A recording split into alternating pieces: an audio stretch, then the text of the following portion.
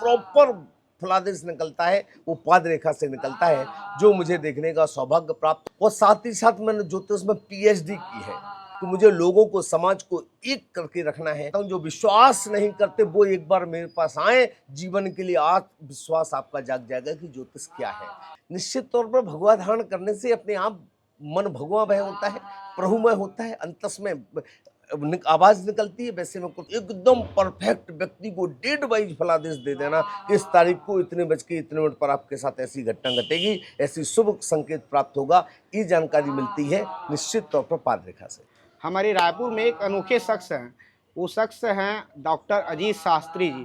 अनोखा इसलिए कह रहा हूँ मैं क्योंकि मैं अभी तक ऐसे ऐसे ज्योतिष देखा हूँ जो हाथों से ज्योतिष बताते हैं, कोई चेहरा देखकर बताते हैं, लेकिन हमारे डॉक्टर अजीत शास्त्री जी जो हैं वो पैरों को देखकर ज्योतिष बताते हैं। इसलिए मैं कहा कि अनोखे ज्योतिषाचार्य से आज मिलाऊंगा, कैसे पैरों को देखकर ज्योतिष बताते हैं, कहाँ कहाँ जाते हैं, इन सब चीज़ों को लेकर बात करेंगे।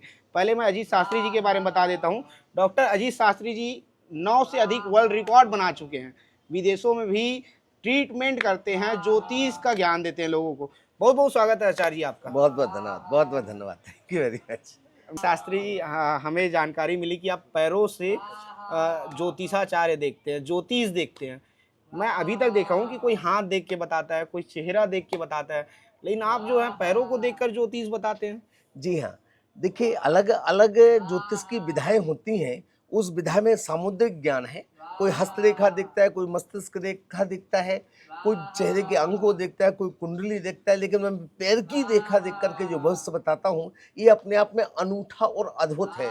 क्योंकि पाद रेखा से भविष्य निकालना मतलब जस्ट लाइक अ सीटी स्कैन होना, एमआरआई होना, बिल्कुल एग्जैक्ट फलादेश, प्रॉपर फलादेश निकलता है वो पाद रेखा से निकलता है, जो मुझे देखने का सौभाग्य प्राप्त हो। हिंदुस्तान में लिमिटेड लोग, 2-4 लोग ही हैं जो पाद रेखा देखते हैं। उन 2-4 लोगों में एक मुझे भी सौभाग्य प्राप्त हुआ है। अजीत शास्त्री जी, पहले तो हम जानना चाहेंगे कि आप रहने वाले कहाँ से हैं? जी हाँ, वैसे मैं मध्य प्रदेश छतरपुर का रहने वाला हूँ, लेकिन पिछले 30 वर्षों से रायपुर में सेवाएं दे रहा हूँ और 30 वर्षों से लगातार ज्योतिष, वास्तु, पूजा पाठ, कर्मकांड, कथा प्रवचन इत्यादि के लिए हिंदुस्तान सहित अनेक देशों में जाकर के सारी क्रियाएं करता हूँ, रहता हूँ मूलतः रायपुर में ही। ऐसा जी शास्त्री जी, ये ज्योतिष जानने के लिए, ज्योतिष देखने के लिए क्या किए आप? आपको क्या करना पड़ा? क्या करना पड़ता है ज्योतिष के बारे में? यदि किसी को जानना है, किसी को ज्योतिषाचार्य बनना है, आपको क्या करना पड़ा गुरुजी? देखिए, ज्योतिष के लिए मैंने तो पहले प्रथमा, पूर्व मध्यमा, उत्तर मध्यमा, शास्त्री, आचार यहाँ तक की शिक्षा ली और साथ ही साथ मैंने ज्योतिष में पीएचडी की है। ये पीएचडी करने के पीछे रीजन था ताकि मैं उसको और विशेष रूप से निकाल सकूं, इसलिए मैंने इसकी शिक्षा ली और अभी भी डबल पीएचडी में कर रहा हूं। मैं चाहता हूं जिस ज्ञान को मैं अर्जित कर रहा हूं उस ज्ञान को और अधिक से गहराई से लूं, इसलिए मैं एक दूसरी पीएचडी कर रहा हूं, 1-8 महीने में कंप्लीट हो जाएगी। आचार्य जी, डॉक्टर अजीत शास्त्री लिखते हैं आप, डॉक्टर अजीत शास्त्री पीएचडी वाला डॉक्टर? जी जी जी, डॉक्टर अजीत शास्त्री पीएचडी वाला डॉक्टर है। कईयों को लगता है कि डॉक्टर लिख रहे हैं तो एमबीबीएस वाला डॉक्टर तो नहीं है? नहीं, पीएचडी वाला है। अजीत शास्त्री जी, कैसे मन में कैसे ख्याल आया कि हमें भविष्य में ज्योतिषाचार्य ही बनना है? ये बहुत अच्छी बात कही आपने कि मन में ख्याल कैसे आया, क्योंकि मेरे परिवार से मेरे भाई साहब जरूर पूजा पाठ क्रियाकांड करते थे। मेरे पिताजी ने कभी ज्योतिष का कोई कार्य नहीं किया, लेकिन मेरे अंदर में शुरू से, बचपन से एक जुनून था कि मुझे लोगों को, समाज को एक करके रखना है और व्यक्ति जो समाज में भ्रांतियां फैल रही हैं, जो मिथ्या बढ़ रहा है और लोग गलत रास्ते पे जा रहे हैं, उनको सही रास्ते पर सुदृढ़ रखने के लिए मैंने बचपन से ही संकल्प लिया था कि मैं लोगों को ज्योतिषी बन करके मार्गदर्शन करूं। ऐसा कईयों को ज्योतिषाचार्य पे ज़्यादा विश्वास नहीं होता है, कई लोगों को गुरुजी, और ज्योतिषाचार्य पे अलग अलग बातें भी कहते हैं कि ज्योतिष हर चीज़ की ज्ञान थोड़ा रख पाएंगे। उन उन लोगों के लिए आप क्या कहेंगे आचार्य जी?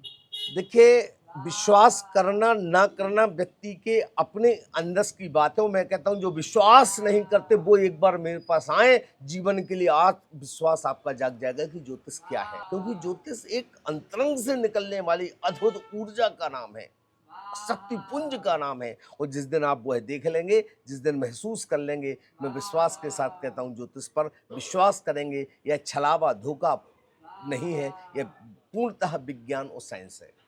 आचार्य जी, आप ज्योतिष किस उम्र से शुरू किए थे कि ज्योतिष देखना, हाथ देखना या पाद रेखा देखना, किस उम्र से आपने शुरू किया था? लगभग मैंने 20 वर्ष की उम्र से 17 वर्ष से उम्र से मैंने प्रारंभ किया था। 17 से 20 वर्ष के बीच में प्रारंभ किया था। तब से अनवरत रूप से लगभग लाखों लोगों की मैं कुंडलियाँ देख चुका, लाखों लोगों की पाद रेखा विश्लेषण कर चुका, लाखों लोगों की हस्तरेखा का विश्लेषण कर चुका और लाखों लोगों को लाभान्वित कर चुका। हाँ। 15 17 से 20 वर्ष की उम्र से आप ये काम कर रहे हैं? जी, जी, जी। ऐसा। आचार्य जी, भारत में रायपुर में आप तो देखते ही हैं, रायपुर के अलावा आप और कहाँ-कहाँ ज्योतिष देखने जाते हैं गुरुजी, या कहाँ से बुलावा आता है आपको और? हिंदुस्तान का एक भी स्टेट नहीं, हिंदुस्तान का एक भी राज्य नहीं है जहां पर मैंने जाकर के ज्योतिष वास्तु ना किया हो। हिंदुस्तान के प्रत्येक राज्य में किया, प्रत्येक स्टेट में किया है और हिंदुस्तान सहित अनेक देशों में, विदेशों में मैंने जाकर के भी अपना ज्योतिष और कुवैत जैसी देशों में भी, दुबई जैसे देशों में भी जाकर के ज्योतिषी वास्तु का मैंने कार्य किया है, लोगों को जाकर वहां भी लाभान्वित किया है। गुरुजी, विदेश में जाकर आपने किया, विदेश के लोग ज्योतिषाचार्य पे भरोसा करते हैं?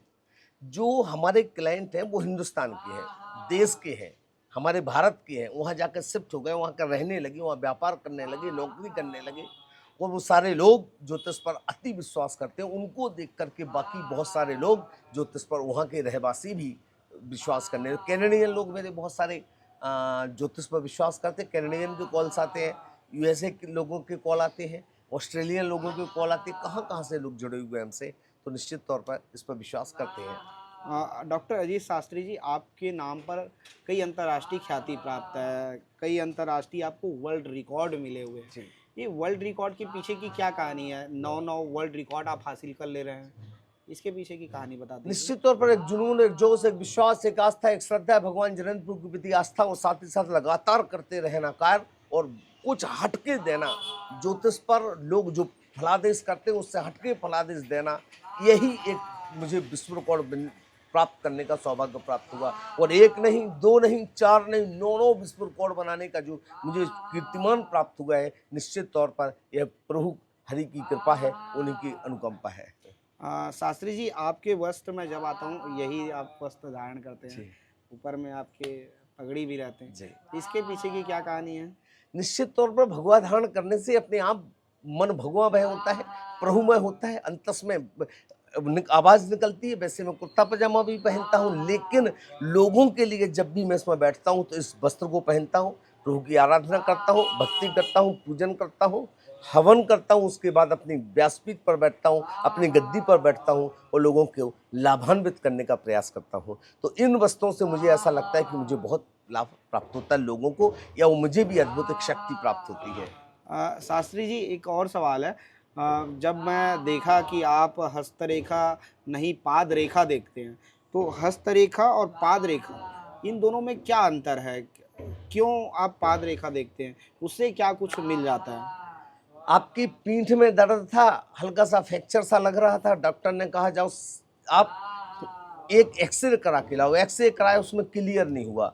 बोले मज़ा नहीं आ रहा, समझ में नहीं आ पा रहा, एक काम करो एमआरआई सीटी स्कैन करा के आइए। एमआरआई सीटी स्कैन किया, तुरंत शब्द टू शब्द, एक तिल भर भी नहीं बचता, सब कुछ पता चल जाता है। तो हस्तरेखा एक एक्सरे है, एमआरआई, सीटी स्कैन पाद रेखा है। एकदम परफेक्ट व्यक्ति को डेट वाइज फलादेश दे देना, इस तारीख को इतने बज के इतने मिनट पर आपके साथ ऐसी घटना घटेगी, ऐसी शुभ संकेत प्राप्त होगा, ये जानकारी मिलती है निश्चित तौर पर पाद रेखा से।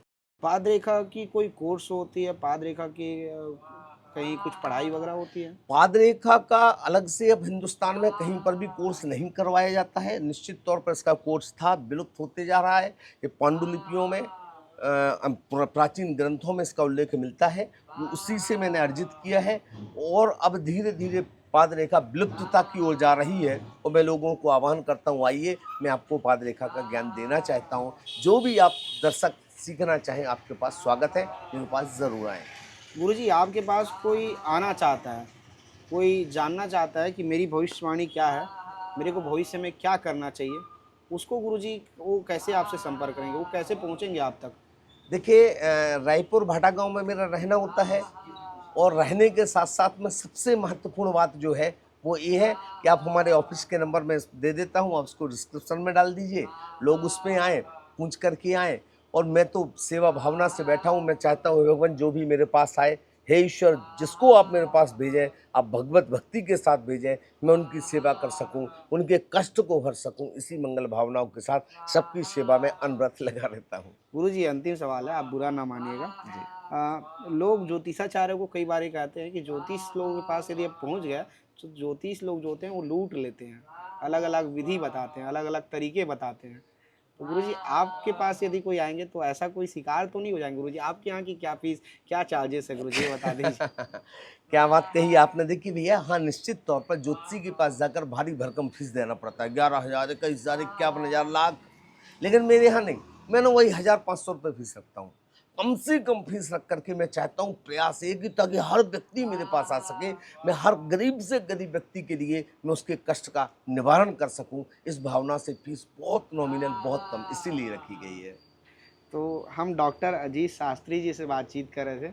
मेरे मन में बहुत दिनों से था कि डॉक्टर अजीत शास्त्री जी से बात करनी चाहिए, जिन्हें 8-9 वर्ल्ड रिकॉर्ड मिले हों, जो हस्तरेखा नहीं पाद रेखा जानते हों। तो आज बातचीत किए, पूरी बातचीत कैसे लगी आप कमेंट करके ज़रूर बताइएगा, और आपके मन में कोई सवाल हो वो सवाल भी आप कमेंट बॉक्स में छोड़ दीजिएगा।